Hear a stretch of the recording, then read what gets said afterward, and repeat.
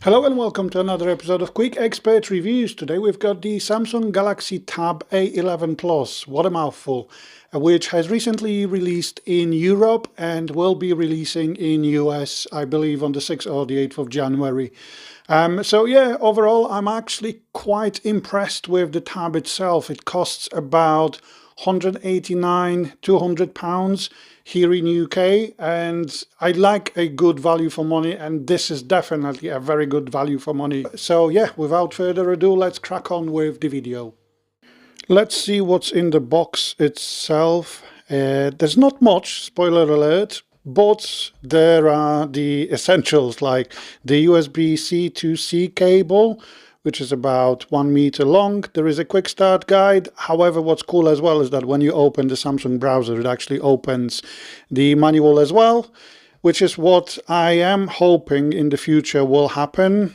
We've got the SIM tray, well, memory cards tray opening tool. However, the tab itself does come in the 5G variant as well. And you've seen on the tab a headphone jack as well, which is on the side. So we've got speakers, again, on the side itself, and a Type-C port, plus a microphone and a 3.5mm jack to connect wired headphones. On the bottom, there is nothing apart from the memory card tray, and then we've got speakers on the other side, plus we've got volume down, volume up, and a power button. And then we've got the 8-megapixel camera on the back and 5-megapixel camera on the front. Both cameras allows us to record in 1080p at 30 frames per second. No 4K recording, unfortunately. Now let's see what we are actually running on, and we are running on Android 16, I believe. Software information, we do indeed with One UI 8, so great to see Samsung releasing a product with the latest Android available.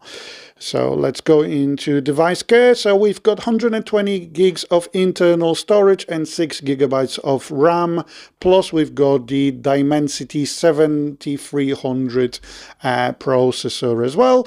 In terms of Samsung features, we've got Samsung Labs, which has multi-windows for all apps. I would recommend turning it on, together with landscape view for portrait apps. So with these, for example, when you use Reddit, which doesn't have a landscape view, if you turn it on, it will force it in landscape mode, which Samsung DeX does for you as well, but more on that later on.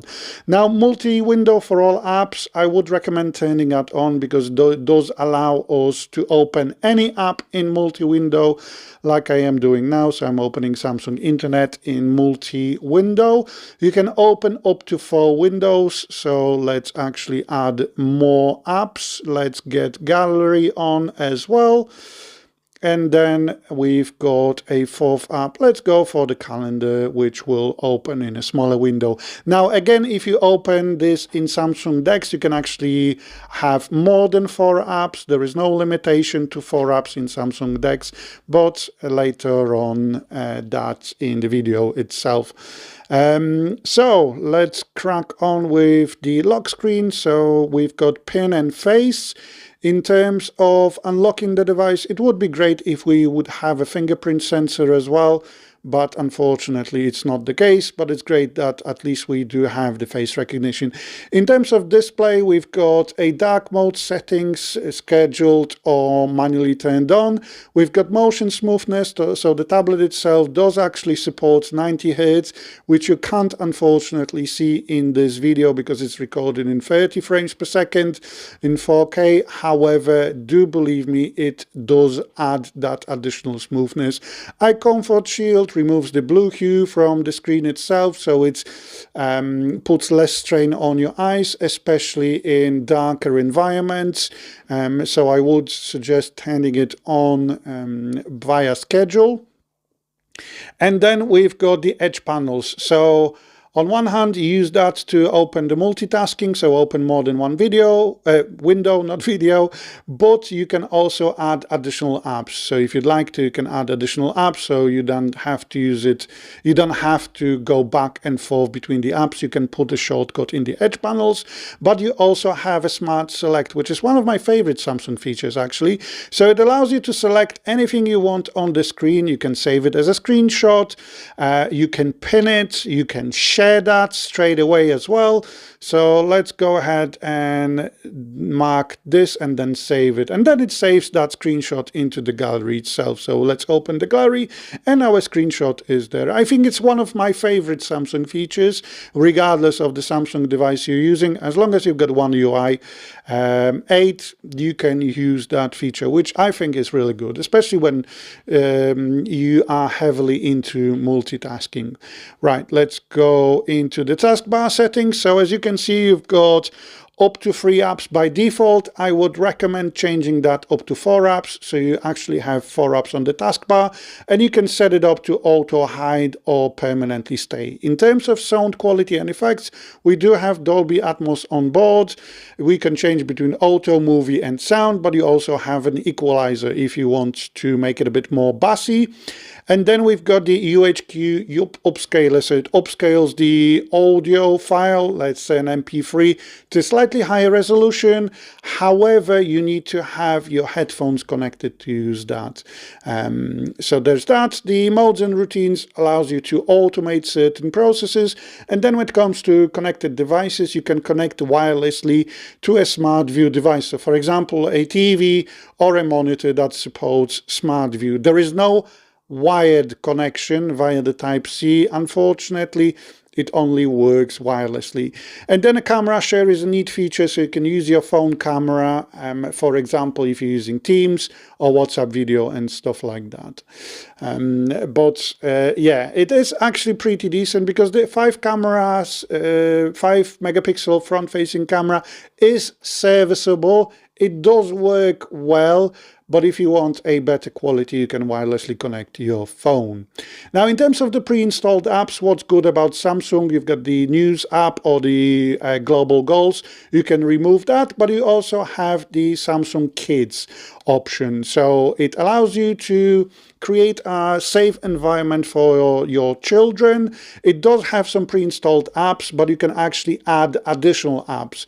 And if you want to use that, you have to use your face or PIN code, so you know that your children won't be able to add or remove apps on their own. And then let's say you want to add a drawing app or anything like that, you can do so freely within the Samsung Kids app, which is brilliant. And then if you want to leave the app, again, you need to use your PIN code. So again, you don't have to be afraid of your children leaving the Kids app and going into your banking app or anything like that. Then in terms of the pre-installed apps, Samsung Notes is available as well. It does actually allow you to draw with your finger. It does not support a Samsung Pen or an S Pen. However, you can use a capacitive pen. So I've got this OASO pen, which I will use. The screen itself, unfortunately, does not support palm rejection. However, what's good is that it actually does support a capacitive pen, which sort of mimics your finger. And as you can see, I've just rested my palm and it doesn't work. But as soon as you keep it sort of floating, it does start working. It does also have math solver. So when you start making an equation, it will come up with the result. So 4 times open bracket, let's do 8 plus 8, close bracket, and it equals 64. Now, if you'd like to, you can copy that as well, or you can convert it to maths, so it's easier to copy and so on. So it's actually a pretty neat feature. You can do it with your finger as well. You don't have to use a capacitive pen, but like I said, it's slightly easier with a pen itself.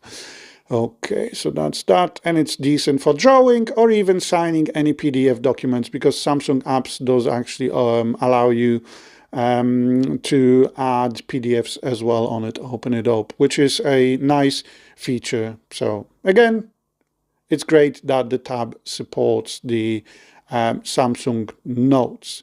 Okay, so we've done some work, we've signed some PDFs, we've seen an Excel and so on. Let's crack on with gaming. Now, I have connected my trusty Xbox One controller. It works with any controller really, a DualSense, any controller that can connect via Bluetooth, or you can connect a controller via the Type-C port as well. And it does work pretty well. There isn't a significant latency, apart from obviously a standard Bluetooth latency. It works quite well. This is Asphalt Legends, and it also shows that the tab can run a lot of games and a lot of apps and tasks pretty seamlessly, I have to admit. There are no hiccups, no slowdowns. It just works, like Todd Howard says. So yeah, overall I am pretty impressed, like I did say, with the performance of the tablet itself, considering it's only 6 GB of RAM. So that was Asphalt Legends. Let's have a go with Call of Duty Mobile as well. I am using the HD textures, which is about 2.5 gigs, which takes about 2.5 gigs of internal storage plus the game itself.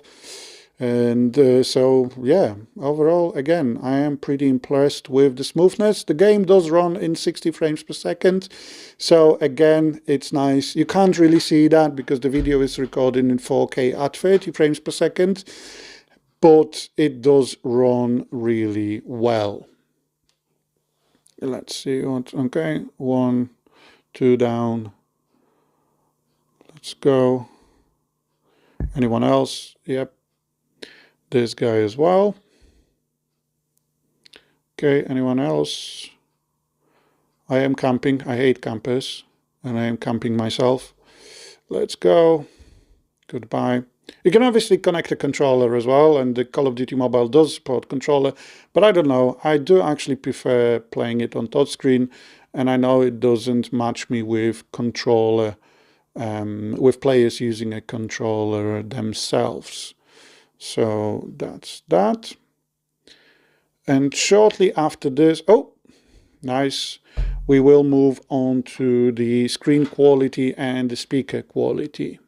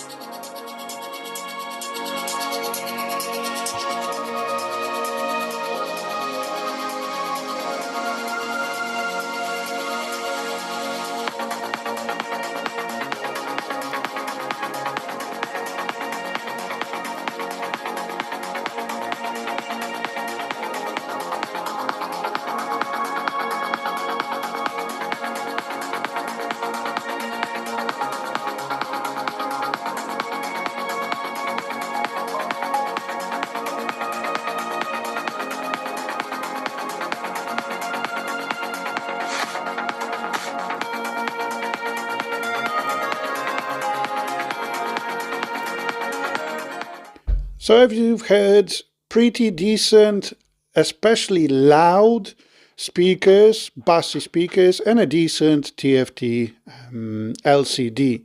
Now, in terms of keyboards, unfortunately, there are no magnets. So I've tried the S9 keyboard case, which works with the S10 Lite and the S10 FE.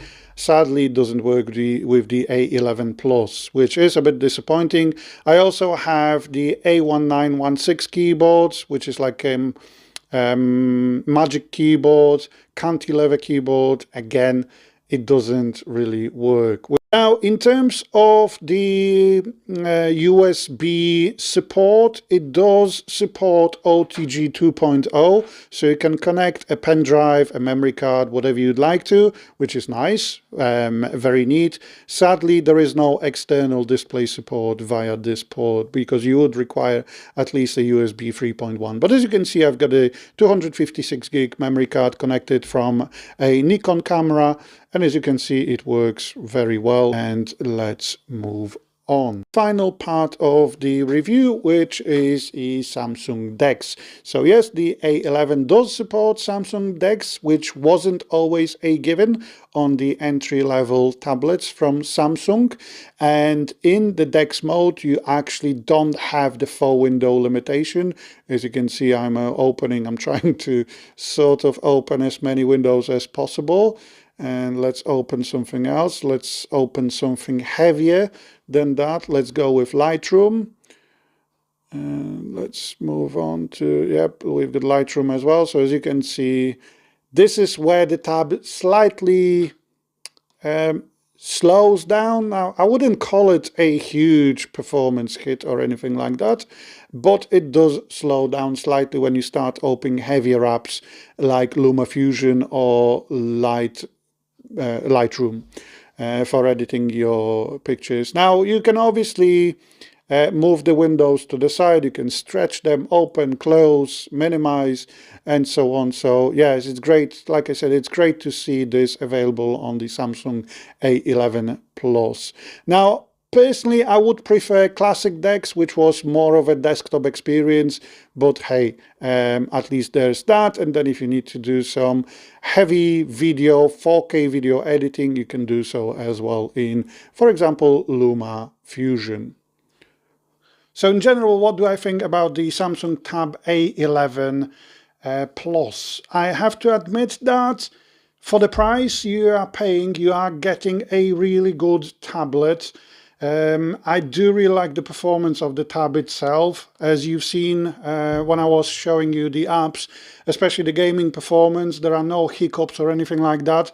The 90Hz screen is definitely an upgrade over the A9 tab, which I have reviewed last from the A series tablets. I would like to see a fingerprint sensor, probably to approve the banking apps and any purchases on Google Play Store. I do like that there is the face recognition that allows you to obviously unlock the tablet itself, and it is very loud and quite bassy. The speakers are really good. I do like the screen itself as well. It does have really nice colors. Now, in terms of the price, obviously it isn't like an entry-level model, so it sits slightly below the S10 Lite, which is next in line. We doesn't support natively the S Pen like the S10 Lite does. The A11 Plus doesn't. But as you've seen with the OASO Capacitive pen, I could use that, which is a plus. But I wish Samsung has released some sort of a keyboard folio cover or something like that that works with it, because you can connect a Bluetooth keyboard, or you can connect a keyboard via Type-C or a Type-C to USB-A extension and then just connect the USB-A keyboard.